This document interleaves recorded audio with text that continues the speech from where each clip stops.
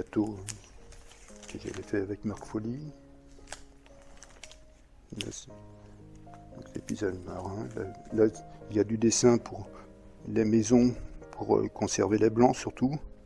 À l'aquarelle, c'est la plus grosse difficulté. C'est si on perd les blancs, après, on ne peut pas les retrouver. Donc il faut savoir conserver au-dessus des bateaux, le quai, et quelques parties en blanc pour conserver le contraste.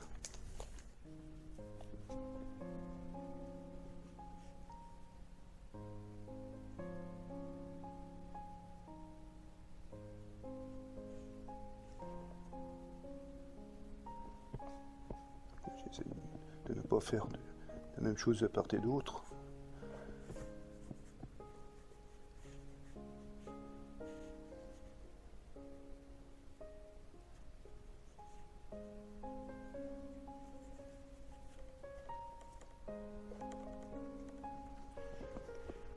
J'ai toujours travaillé donc, au niveau électronique dans la recherche pétrolière. J'avais des éléments mécaniques qui étaient intéressants. J'ai voulu mettre ça en application dans ma sculpture, utiliser des morceaux de métaux, entre autres, et les associer avec du bois et d'autres matériaux pour mettre en valeur le travail disons, manufacturé par rapport à la nature. Ce que j'aime bien dans l'aquarelle, c'est justement le côté un peu spontané et imprévisible des fois au départ de l'eau, l'action de l'eau sur les pigments. Je préfère ça à l'acrylique parce que le dessin, c'est pas mon fort, mais alors que le fait de faire des taches de couleurs, j'aime bien les utiliser pour... j'aime bien faire des taches et puis après les faire parler, donner quelques indications. Ce que j'apprécie, c'est justement de tout essayer. Je ne veux pas m'enfermer dans un domaine où on cherche la perfection. Moi, je ne cherche pas la perfection. Les scènes d'intérieur, souvent, il faut commencer par le dessin et réussir à faire des liaisons, justement, pour chercher la lumière. Donc, si on cherche la lumière, il faut faire des parties sombres. Et que les parties sombres ne soient pas dissociées. Il faut mettre la lumière à un endroit et ne pas... Il ne faut pas que ça fasse un patchwork. On travaille dans beaucoup d'eau en laissant les blancs et puis on fait une première couche là, où c'était cette couleur-là, ce jaune-là. On attend que ça sèche et après on revient en négatif, on dessine la table, les chaises. C'est plus compliqué qu'un paysage. Un paysage, bon, généralement on monte en valeur, on fait le fond, après le deuxième plan, le premier plan. Et un paysage, c'est beaucoup plus facile aussi parce que au niveau composition, si un arbre est mal placé par rapport à une photo ou à un paysage réel, on va déplacer l'arbre de façon qu'il soit bien situé.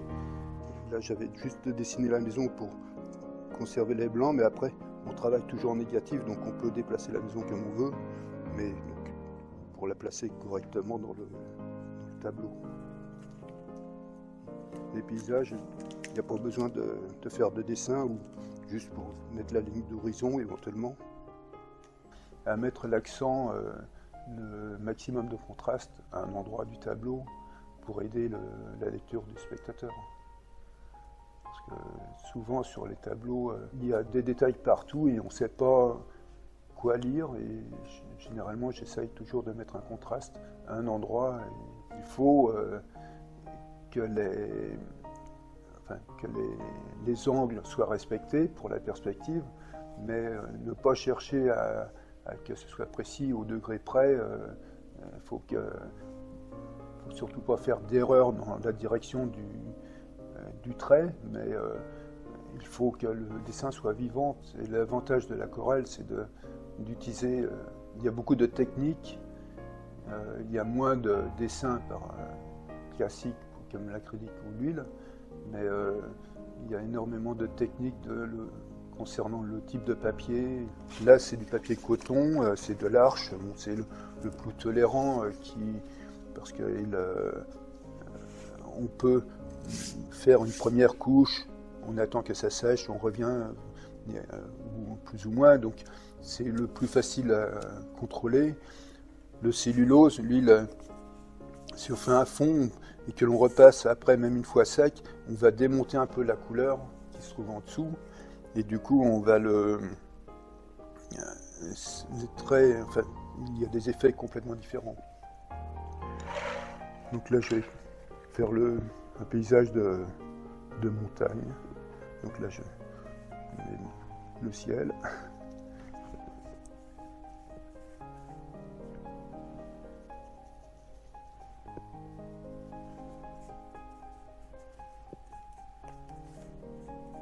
Donc là, comme je ferai les montagnes après, en négatif, elles ressortiront toutes seules.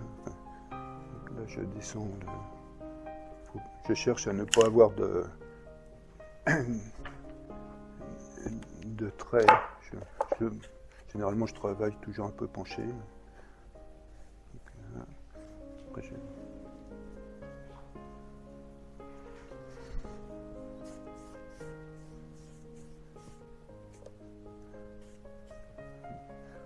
ne fais pas trop attention où ça se trouve parce que je sais que après je vais venir en négatif et on ne verra plus les transitions.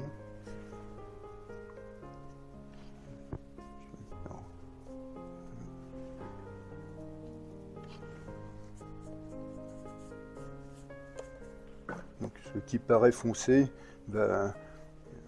n'y sera plus après, quoi. Donc là je vais juste attendre. Je vais laisser comme ça pour l'instant. Si je veux plus de lumière, donc il suffit que je rajoute de l'eau là, et puis ça va éclaircir à ce niveau-là. Voilà, et puis je peux laisser comme ça, et puis attendre que ça sèche. Le temps de séchage est très important. Si on arrive trop tôt, on va faire, si on amène des pigments avec un pinceau sur son aquarelle qui est mouillée, on peut au départ avoir un trait blanc.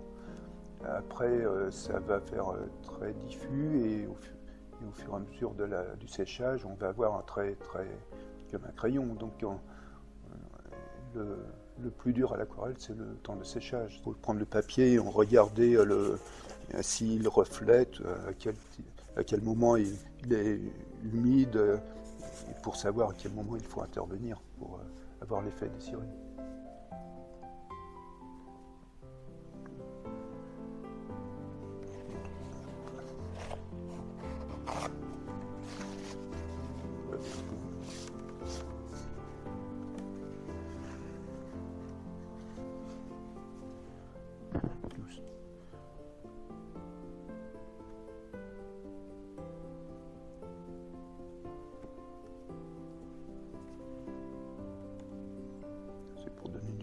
Mais bon, l'intérêt c'est toujours la composition, quoi. Il n'y a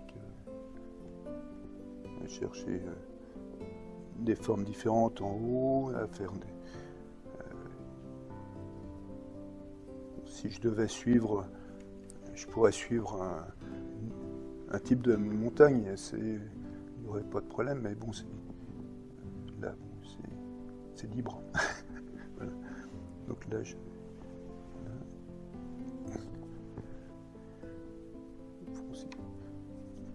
juste un petit peu là maintenant.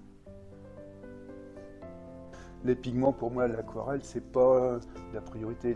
C'est vraiment le papier par rapport à ce que l'on recherche comme effet. Et bon, après, les pinceaux, c'est pareil. Il faut utiliser soit des pinceaux plats ou des pinceaux avec des réserves d'eau en fonction de ce que l'on recherche à faire, mais c'est pas... Le plus important à l'aquarelle, c'est le papier. Maintenant, là, je vais...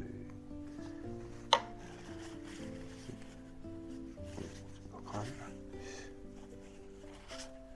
Là, je vais faire comme un vallon. Je vais descendre encore, peut-être.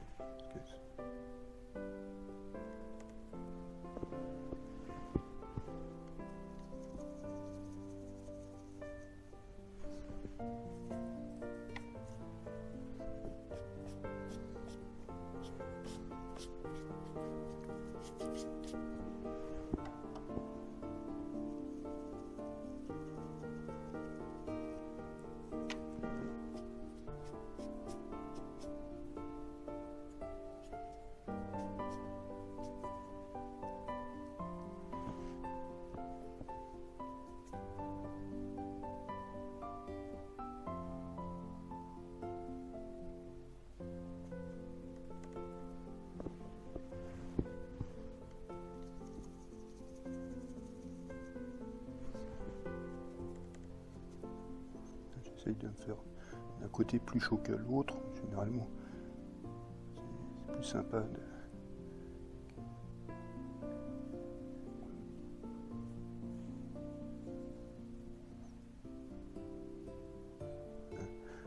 pas être trop au milieu, d'emmener ça peut-être plus par là.